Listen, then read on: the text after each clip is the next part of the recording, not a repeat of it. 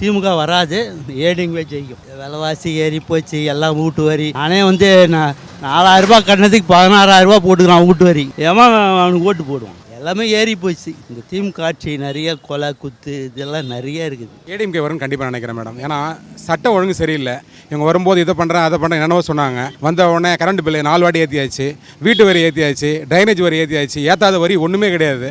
இனிமேல் எப்படி ஜனங்க அதை பண்ண முடியும்? 1000 தரம் சொல்லிட்டு ஏமாற்றிட்டு எங்ககிட்ட இருந்து 10,000 பிடிக்கிட்டு இருக்காங்க. அதனால எடப்பாடி ஆட்சி நல்லா இருக்கும் நாங்கள் நம்புகிறோம். ஏன்னா போன முறை நல்லா இருந்துச்சு அவங்க ஆட்சி, இந்த முறை கண்டிப்பாக நல்லா இருக்கும்னு எங்களுக்கு நம்பிக்கை இருக்குது. ரெட்டையில் வீடு கட்டி கூட குறைத்தான், வேறு ஒன்றும் இல்லை.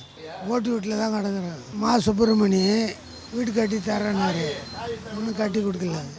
அப்படி தான் கிடக்குறேன் ஆற்று ஓரத்தில். அனைத்து இந்திய அண்ணா திராவிட முன்னேற்றக் கழகம் புரட்சி தலைவர் கன்ற வெற்றி சின்னம், புரட்சி தலைவி கன்ற வெற்றி சின்னம் இரட்டை இலக்கு அமோகமாக ஆதரவு பெற்று நாங்கள் தனி மெஜாரிட்டியுடன் ஆட்சி அமைப்போம். அதில் எந்த மாற்று கருத்தும் அல்ல. இது கேடுகட்ட ஆட்சி, ஊழல் ஆட்சி. இந்த ஆட்சியை ஒழிக்கணும்னு மக்கள் முடிவு பண்ணிட்டாங்க. அதில் எந்த மாற்று கருத்தும் இல்லை.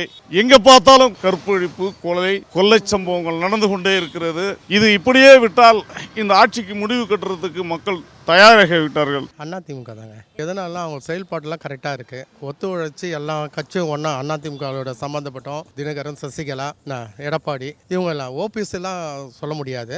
இவங்க அந்த அளவுக்கு உழைச்சிட்டு இருக்காங்க. அந்த அளவுக்கு செயல்பாடு கரெக்டாக இருக்குது. அதுதான் நான் சொல்ல முடியும். விஜய் இவங்க எல்லாம் சொல்கிறதுக்கு வாய்ப்பு கிடையாது.